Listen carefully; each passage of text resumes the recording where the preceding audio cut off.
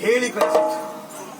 ನನ್ನ ಸಮಯ ಸಂದರ್ಭ ನೋಡಿ ಮುಗಿಸಿದ್ರೆ ನಾಳೆ ಅಂತ ಹೇಳಿದ್ರೆ ನಾನೇ ಇಲ್ಲಿಗೆ ರಾಣಿ.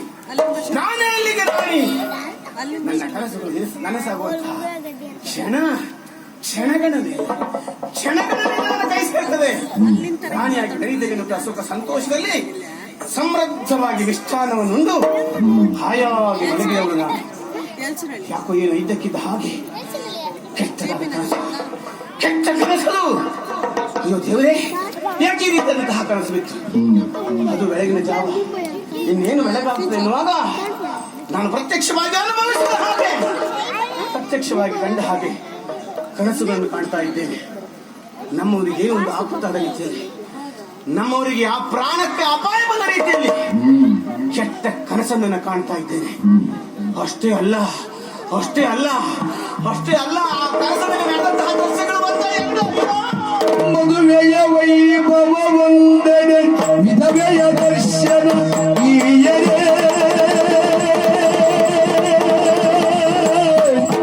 ಮದುವೆಯ ವೈಭವ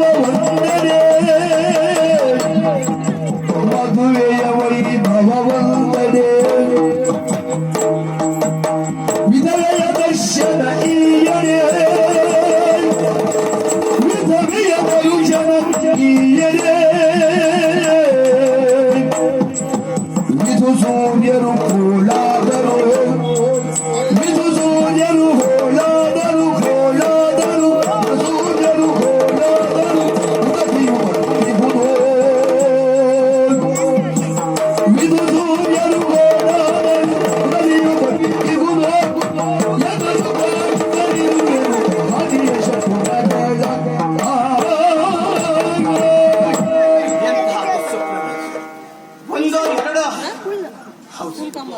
ಒಂದು ಕಡೆಯಲ್ಲಿ ಮದುವೆಯ ವೈಭವ, ಒಬ್ಬ ದಿಪ್ಪಣಿಗೆ ಹೋಗ್ತಾ ಇದ್ದಾನೆ. ಇನ್ನೊಂದೆಡೆಯಲ್ಲಿ ವಿಧವೆಯ ದರ್ಶನ. ಮದುವೆ ಮಂಗಲ ಕಾರ್ಯವಾಗಿರಬಹುದು ಸ್ವಾಮಿ, ಅದು ಕನಸನಲ್ಲಾಗಬಾರದು, ಕನಸನಲ್ಲಾಗಕೂಡದು. ಅಂತಹ ಕೆಲಸ ಅಷ್ಟೇ ಅಲ್ಲ, ವಿದು ಸೂರ್ಯರು ಈ ಪ್ರಪಂಚಕ್ಕೆ ಬೆಳಕು ನೀಡುವಂತಹ ತಂಪನಲ್ಲಿ ಚಂದ್ರ ಕೆಂಪಾದ ಕಾಂತಿಯಿಂದ ಹೋಳಾಗಿ ಪ್ರಪಂಚವೆಲ್ಲ ರಕ್ತವೆನ್ನುವಂತಹ ಅನುಭವ. ಅಷ್ಟೇ ಅಲ್ಲ, ಉಕ್ಕಿ ಬರುವಂತಹ ಶರದಿ ಹೊತ್ತಿ ಹೋಗುವಂತಹ ಅನುಭವ. ಒಂದು ಎರಡು ಆಕರ್ಷಣೆಗಳು ಅಷ್ಟೇ ಅಲ್ಲ, ನನ್ನ ಕನಸನ್ನು ಈಡೇರಿಸಬೇಕೆನ್ನುವ ಕಾರಣಕ್ಕಾಗಿ ಭಾವನತೆಗೆ ಹೋಗಿರುವಂತಹ ನಮ್ಮವರು ಹೀನ ಪ್ರಾಣಿ ಆಗಿರುವಂತಹ ಕತ್ತೆಯನ್ನು ನಡೆಯುತ್ತಾರೆ. ಮೈಗೆಲ್ಲ ಎಣ್ಣೆಯಲ್ಲಿ ಲೇಪಿಸಿಕೊಂಡಿದ್ದಾರೆ. ಅಷ್ಟೇ ಅಲ್ಲ, ಕೆಂಪು ಬಣ್ಣನ್ನ ಮೈ ತುಂಬ ಬಳ್ಳಿಕೊಂಡು ಕತ್ತೆಯನ್ನಡರಿ ದಕ್ಷಿಣಾಭಿಮುಖವಾಗಿ ಒಂಟಿಯಾಗಿ ಯಾತ್ರೆಗೆ ಹೋಗುತ್ತಿರುತ್ತಾರೆ.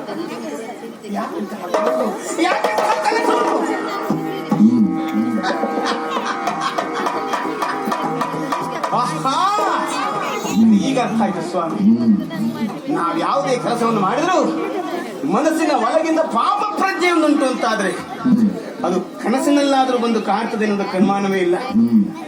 ನನ್ನ ಅತ್ತಿಗೆಯನ್ನು ಕೊಲಿಸಿದೆ, ಅತ್ತಿಗೆ ಮಕ್ಕಳನ್ನು ಕೊಲಿಸಿದೆ, ಅಣ್ಣನನ್ನು ಕೊಲಿಸೋದಕ್ಕೆ ಮುಂದಾದೆ. ಎಲ್ಲೋ ಒಳಗಿಂದ ನನಗೆ ಅಳುಕಿತ್ತು. ಆ ಅಳುಕು ಎನ್ನುವಂಥದ್ದು ಈ ರೀತಿಯಾಗಿ ಕನಸಾಗಿ ಪರಿಣಮಿಸ್ತಾ ಇದೆ. ಇನ್ನು ನನ್ನ ಬದುಕಿನಲ್ಲಿ ಸುಖವೇ ಸುಖ ನಿದ್ರೆ. ಕಲ್ಲಣಿಸುತ್ತ ಸತಿಗಿರೆ ಮಾರಿದಲ್ಯವು ಜಾರಿತು ಅವನಿಗೆ.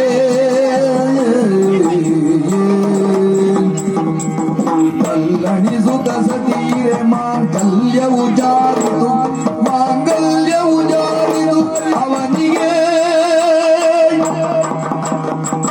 ಚಲ್ಲನೆಯದ ಅಳುಕಿದೋಯ್ ಚಲ್ಲನೆಯದ ಅಳುಕಿದೋಯ್ ಚಲ್ಲನೆಯದ ಅಳುವುದರಿದೆ ಎಲ್ಲೇ ಗೈಯುವೆನೋ ಜನರು ನೋಡುತ್ತಲಿರುವೆನು ಹರಿಯ ಶಕುನಗಳ ಎಲ್ಲ ಕನಸುಗಳು ನನ್ನ ಭ್ರಮೆ ಎನ್ನುವುದಾಗಿ ಭಾವಿಸಿ ನಾನು ಸುಖವಾದಂತಹ ನಿದ್ರೆಯನ್ನು ಕೈಬೇಕು ಅಂತ ಮತ್ತೆ ಮಲ್ಲಂಗವನ್ನು ಹೇಳಿದರೆ ವಿದ್ಯೆ ನನ್ನ ನಡೆಯಲ್ಲಿ ಸುಳಿತಾ ಇಲ್ಲ ಸ್ವಾಮಿ. ಅಷ್ಟೇ ಅಲ್ಲ, ಸಂತೋಷಗೊಂಡು ಸಮೃದ್ಧವಾಗಿ ಪಾನೀಯವನ್ನ ಕುಡಿದು ಹೀಗೆ ಎದೆ ಮೇಲೆ ಕೈ ಇಟ್ಟು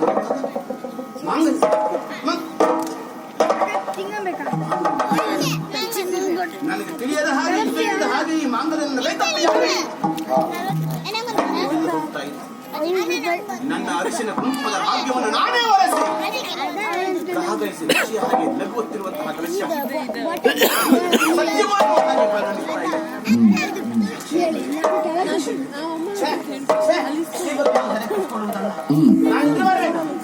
ಆಯಾಗ ಹೊರಬೇಕು, ನಾನು ಮಾಡಬೇಕು, ಮಾಡಬೇಕು.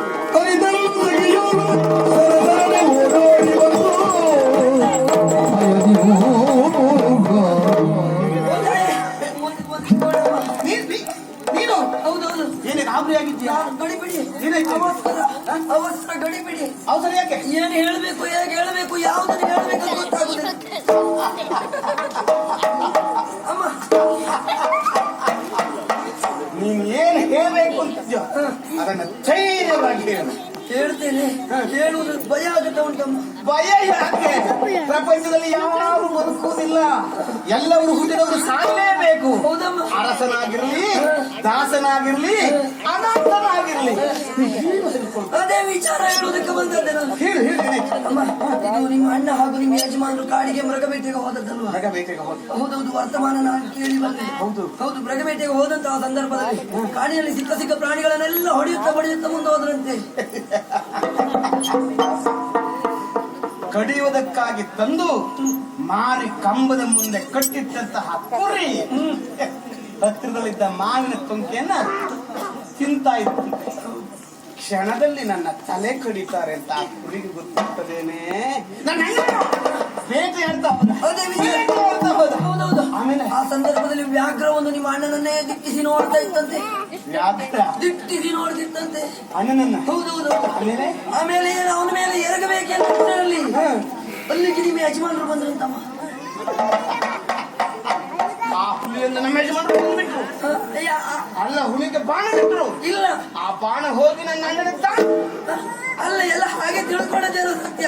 ಆದ್ರೆ ಆ ವ್ಯಾಘ್ರ ಸುಮ್ಮನೆ ಉಳಿಲಿಲ್ಲಂತೆ, ಹೋಗಿ ನಿಮ್ಮ ಯಜಮಾನರ ಮೇಲೆ ಎರಗಿದ್ದಂತೆ. ಆಮೇಲೆ ನಿಮ್ಮ ಯಜಮಾನರ ಕುತ್ತಿಗೆಗೆ ಬಾಯಿ ಹಾಕಿದಂತೆ. ನಿಮ್ಮ ಯಜಮಾನರನ್ನ ಕೊಂದೆ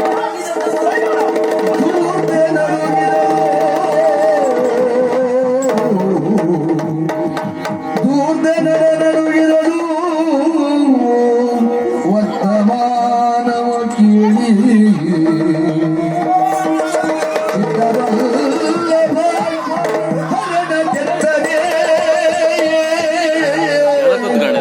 ಚಿತ್ತದಲ್ಲವ ಹರಣ ತೆತ್ತವೇ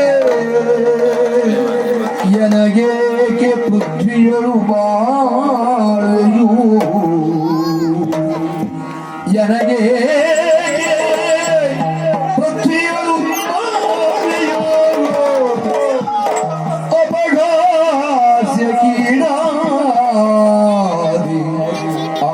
ಅಪಘಾಸಕ್ಕೀಡಾದೆ ದುಷ್ಕೃತ್ಯದಿಯು ನಾನೆನುತ ಅಪಘಾಸಕ್ಕೀಡಾದೆ ದುಷ್ಕೃತ್ಯದಿಯು ನಾನೆನುತ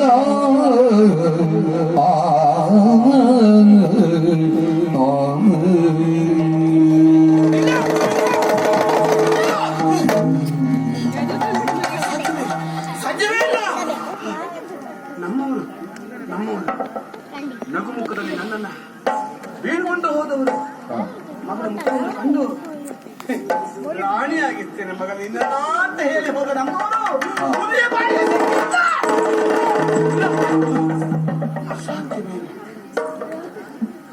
ಪ್ರಭಾಂಗಿ, ನಿನ್ನನ್ನ ನನ್ನ ಕೊಂದು ನಿನ್ನನ್ನಿಲ್ಲಿಗೆ ರಾಣಿಯಾಗಿದ್ದೇನೆ. ಅಯ್ಯೋ, ಹೋದ ನಮ್ಮವರು.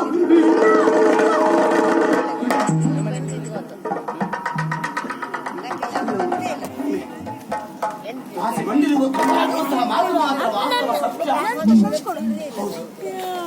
ಒಂದೆರಗಿದ ಹುಡುಗಿ ನಮ್ಮ ಅಣ್ಣದಲ್ಲ ನಮ್ಮ ತಿಂದಿತ್ತು. ಸಾಯುವ ಕಾಲಕ್ಕೆ ಸತ್ಯವನ್ನು ನಾಡಿ ನಮ್ಮವರು ಪ್ರಾಣ ಬಿಟ್ಟರು. ಅಯ್ಯೋ ದೇವರೇ, ಇನ್ನು ನನ್ನ ಗುರು ಸಾಲ ಬಿಟ್ಟೆ. ನಾನು ಇಲ್ಲೇ ಇದ್ದಂತಾದ್ರೆ ನನ್ನ ಬಂದು ನನ್ನ ಕಾಯ್ತಾನೆ. ಅಲ್ಲ, ಪ್ರಜೆಗಳೆಲ್ಲ ನಾನು ಮಾಡಿರುವಂತಹ ಕಾರ್ಯವನ್ನು ಕಣ್ಣು ಕೇಳಿರುವಂತಾದ್ರೆ ತಿಳಿರುವಂತಾದ್ರೆ ಕಲ್ಲು ಹೊಡೆದು ಸಾಯಿಸ್ತಾರೆ. ನಾನು ಇಲ್ಲಿ ಕುಡಿದು ನಾನು ಬದುಕು ಕುಡಿದು ರಮಣ ನೀವೆಲ್ಲಿದ್ದೀರಿ, ನೀವೆಲ್ಲಿದ್ದೀರಿ?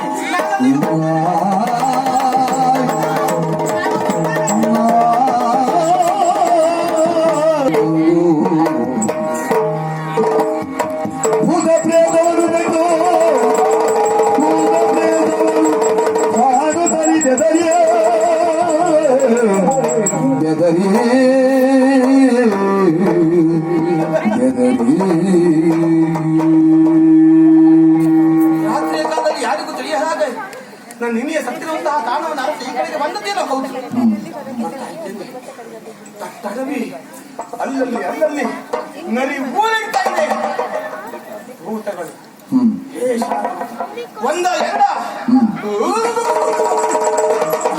ಅಲ್ಲಿ ಬೆಕ್ಕಿನ ಹಾಗೆ ಎರಡು ಕಣ್ಣುಗಳು ಬೇರೆ ಸ್ಥಿತಿಗೆ ನನ್ನನ್ನು ನೋಡ್ತಾ ಇದ್ದಾರೆ.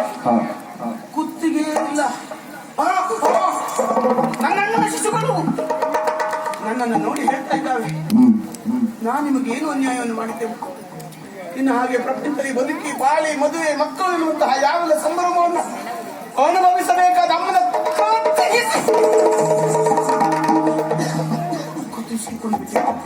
ಕತ್ತು ಹಿಸಿಕೊಂಡ್ಬಿಟ್ಟೆ ಅಂತ ನನ್ನನ್ನು ದೀನಾವತ್ತಿಗೆ ನೋಡ್ತಾ ಇದೆ. ಇಲ್ಲ ಇಲ್ಲ, ಆ ದೃಶ್ಯ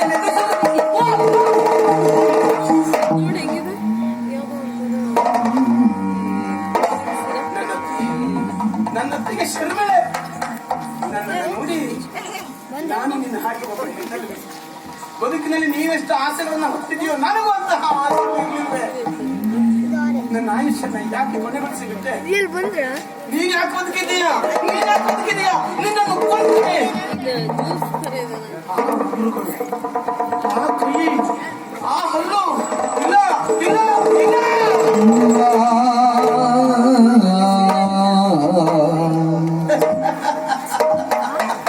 ಭೂತ ಪ್ರೇತಗಳೆಲ್ಲ ನಮ್ಮ ಮನದ ಕಲ್ಪನೆಗಳ ಅನುಮಾನವೇ ಇಲ್ಲ. ನಾನು ಮಾಡಿರುವಂತಹ ಪಾಪ ಕರ್ತವ್ಯ ನನಗೆ ಭೂತ ರೂಪದಲ್ಲಿ ಬಂದು ಛೇಡಿಸ್ತಾ ಇದ್ದಾವೆ, ಕಾಣಿಸ್ತಾ ಇದ್ದಾವೆ. ಹೌದು, ಮನುಷ್ಯ ಒಬ್ಬನಿಗೆ ಸಾವನ್ನು ತಂದು ಕೊಡಬಹುದು, ಬದುಕನ್ನು ತಂದು ಕೊಡುವುದಕ್ಕೆ ಸಾಧ್ಯ ಇಲ್ಲ. ನಾನು ಇಲ್ಲಿಯವರೆಗೆ ನನ್ನ ಅಣ್ಣನನ್ನು ನನ್ನ ಮಕ್ಕಳನ್ನು ಕೊಲಿಸುವಂತಹ ಪ್ರಯತ್ನವನ್ನು ಮಾಡಿದೆ. ಆದರೆ ಯಾರೊಬ್ಬರಿಗೆ ಬದುಕನ್ನು ಕೊಡುವ ಸಾಧ್ಯತೆ ನನ್ನಿಂದ ಆಗಲೇ ಇಲ್ಲ. ಇಲ್ಲ, ನನ್ನಂತಹ ಹೆಣ್ಣು ಸ್ತ್ರೀ ಕುಲಕ್ಕೆ ಕಳಂಕ. ನಾನು ಬದುಕಿನ ಕೊಡುದು ನಾನೆಲ್ಲ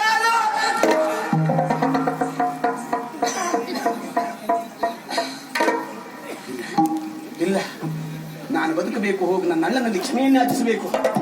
ನನ್ನ ಮಗಳಿಗೆ ಒಂದು ಉತ್ತಮವಾದ ಬದುಕನ್ನು ಕಲ್ಪಿಸುವುದು ಅನಾಥ ಕೇಳ್ಕೊಂಡು ನನ್ನಂತಹ ಪಾಪಿ ತಾಯಿಯ ಉದರದಲ್ಲಿ ಹುಟ್ಟಿದಂತಹ ಹೆಣ್ಣು ನಾಳೆ ಬೆಳೆದು ನಿಂತು ನೀನು ಒಂದು ಹೆಣ್ಣು ಹೌದಾ ಅಂತ ನನ್ನನ್ನು ಪ್ರಶ್ನಿಸಿದ್ರೆ ಅವಳಿಗೆ ಯಾವ ಬಾಯಿಂದ ಉತ್ತರವನ್ನು ಕೊಡಲಿ? ಯೋಚಿಸಲೇ ಇಲ್ಲ ನಾನು. ನಾಳೆ ನನ್ನ ಮಗಳಿಗೆ ಅಂತದೊಂದು ಸ್ಥಿತಿ ಬಂದ್ರೆ ಅದನ್ನು ನೋಡಿ ಹೇಗೆ